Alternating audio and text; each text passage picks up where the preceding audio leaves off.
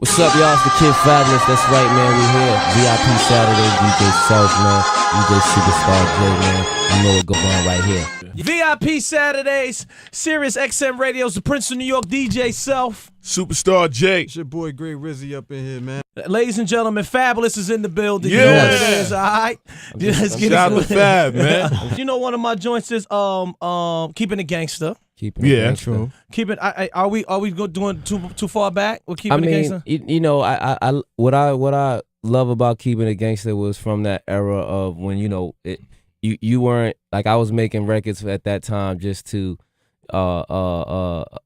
really just to make my presence in the game. Like I wasn't trying to make a single. I wasn't trying to, you weren't aiming at anything. You know what I'm saying? You were just trying to make. So I always look at those records and think back to that. You know what I'm saying? Overall, I'm just an upcoming rapper, and you know what I mean. So is it fair to say now, like you go in and say I'm making an album, I'm going in and I'm saying, yo, listen, I got to make this a single. I'm going to make singles. I'm going to make this. See, now I'm in a different place. So Okay. you know what I mean. Keeping It Gangsta, I didn't even know if my album was gonna come out yet. So I didn't have that focus. But now.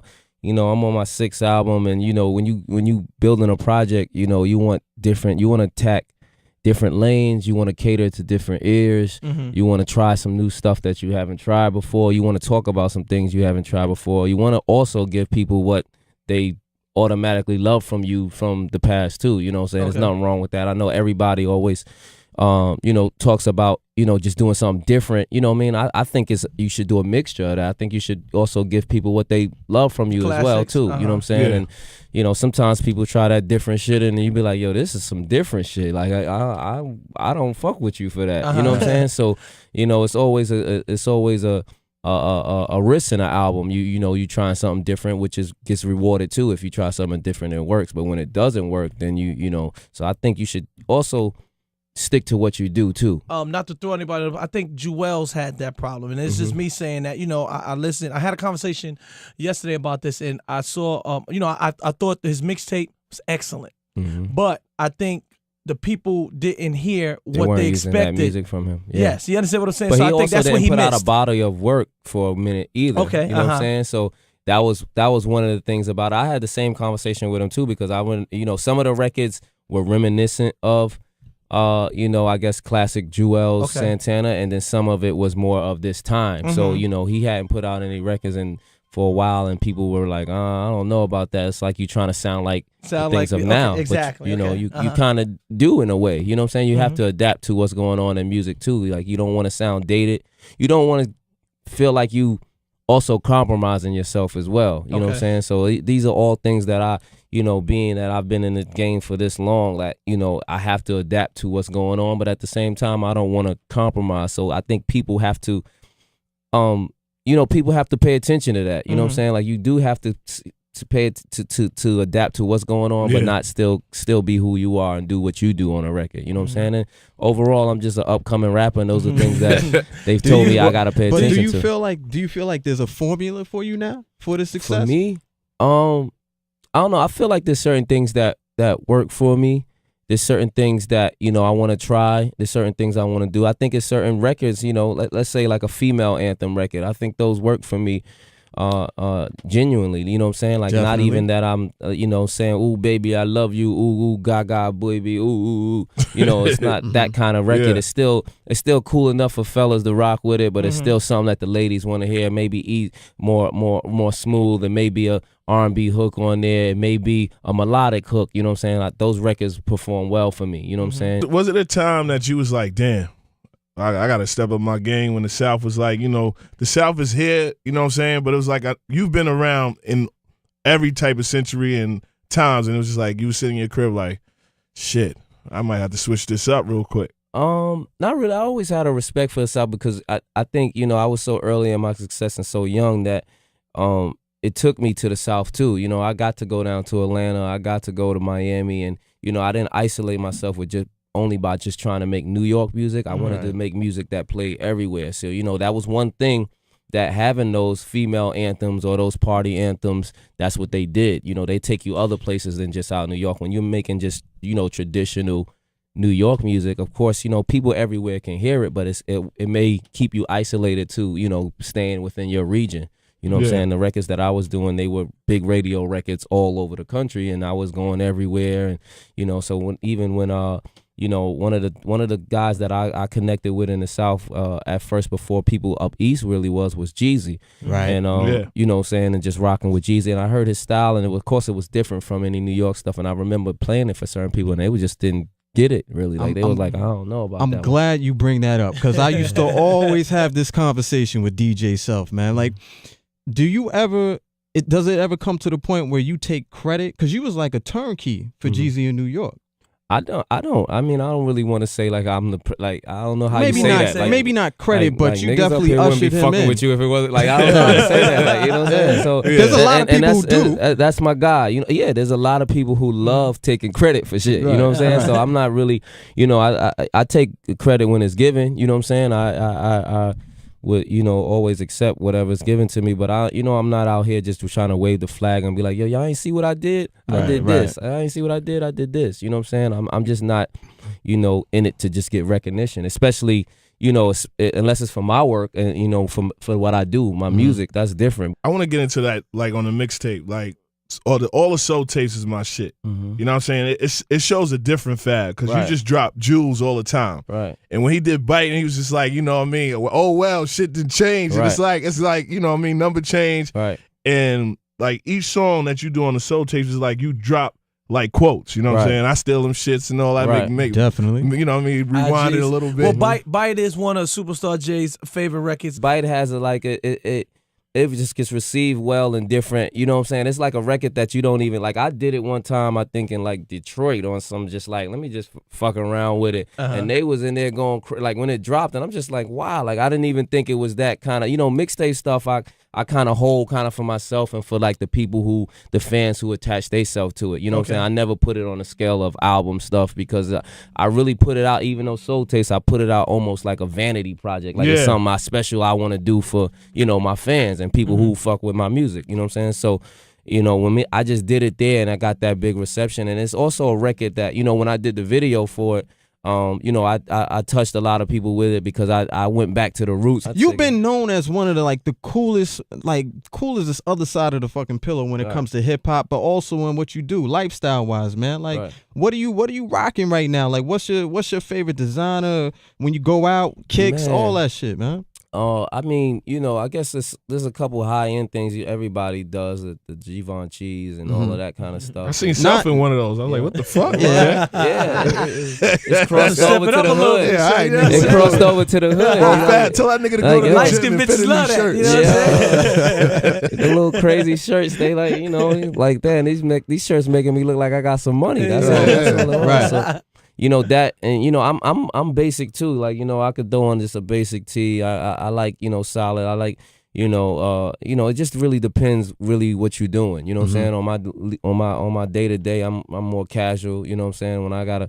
When I perform, I step it out. When I go to a award show, I'm not shy to put on a suit if I have to. You know what I'm saying? So it varies in what you know what I'm saying, what you're doing. When is the Fab clothing line really coming out, man? I mean, I really want to tap on something that hasn't been done all the way. You know what I'm saying? I feel like, you can make money. You could do any kind of line. You could put out white tees and you're going to make money. But I just want to try to. Kanye. You know what I mean? Kanye got some white tees, right? Absolutely, And they're expensive, like right? $800. Like $130 or some I shit. heard somebody was talking to me about that. Like, you got some regular white tees and they cost a stack or something like that. The crazy part is somebody going to lay that stack down for him, man. Absolutely. And, it might not be me, but, somebody's going to lay it down. And I think, what I want to bring to the table, is just stuff that, appeals to, casual, but still some fly to it. You know what I'm saying? Right. Like there's a thin line in that. You know what I'm saying? Like everybody does the leather thing, but leather is not really like your everyday thing. Yeah, man. Let me ask you, man, because I love the leather.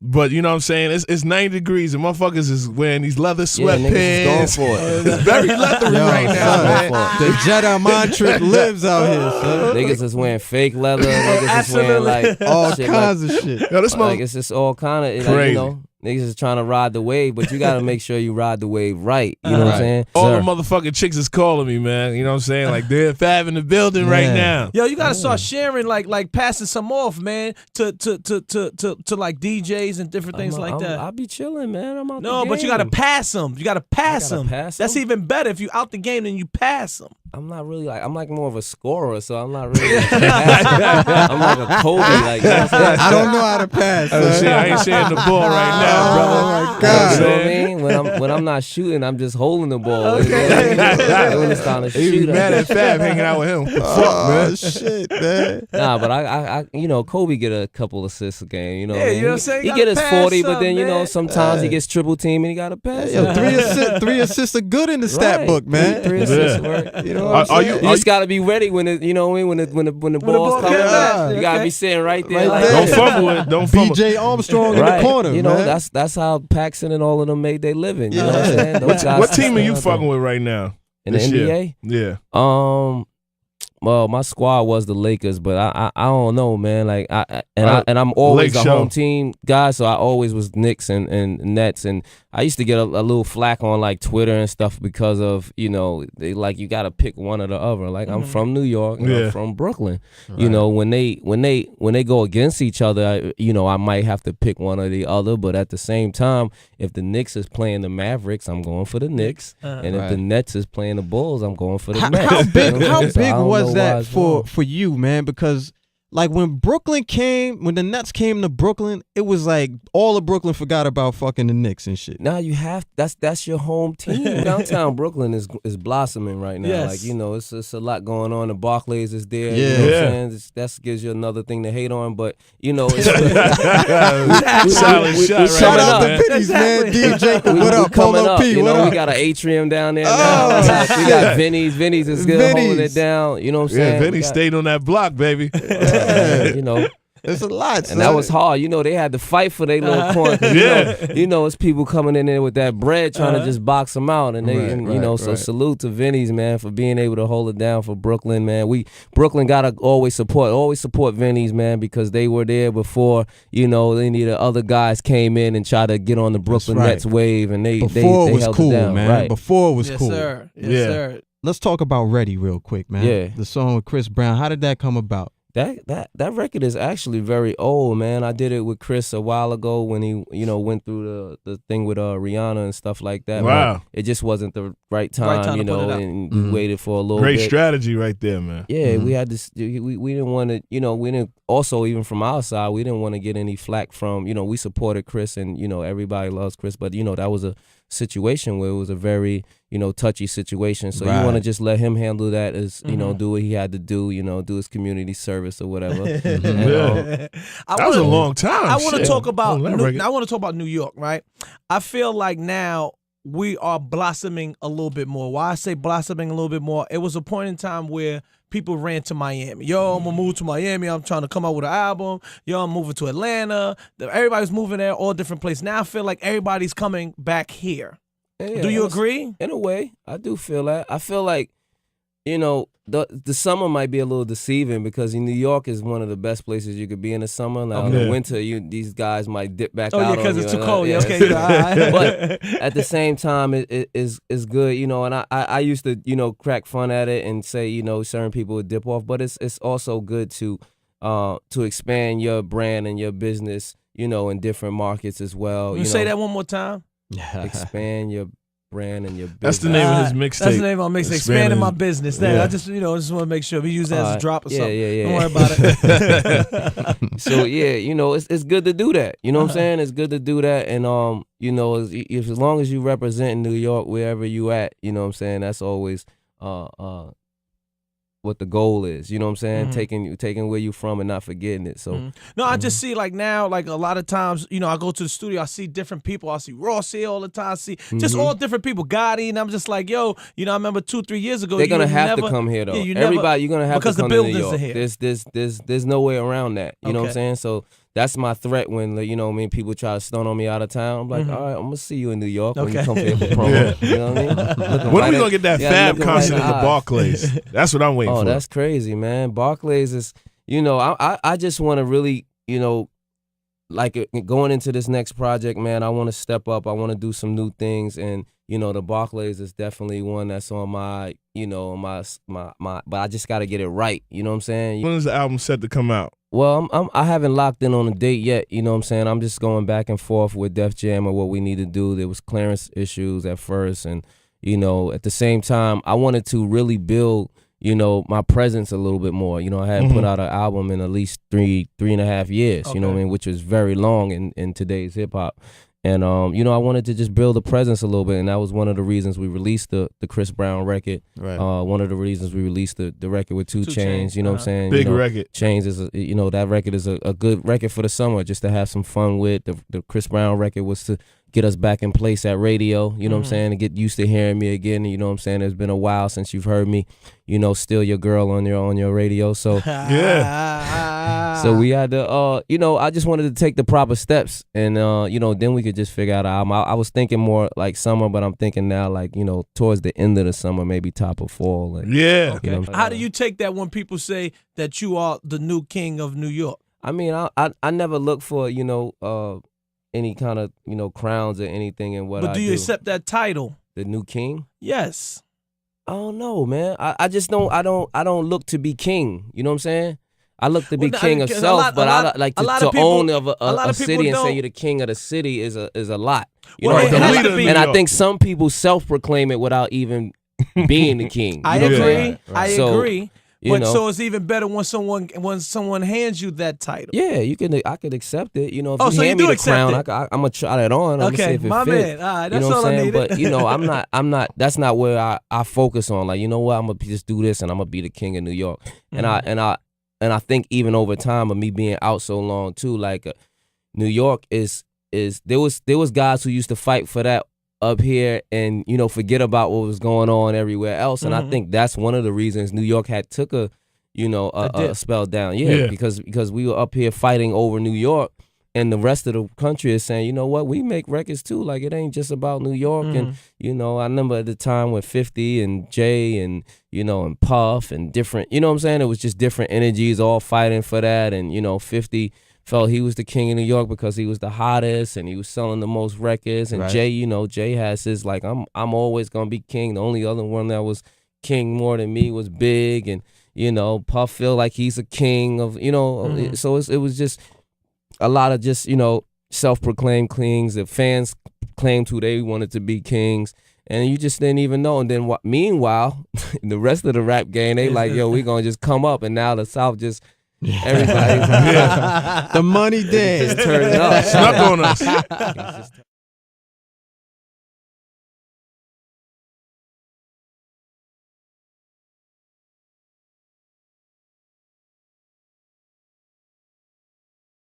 True. Keep it.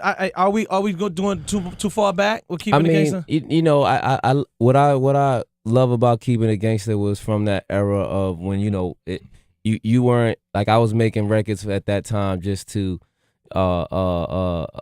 really just to make my presence in the game. Like, I wasn't trying to make a single. I wasn't trying to you weren't aiming at anything. You know what I'm saying? You were just trying to make. So I always know now.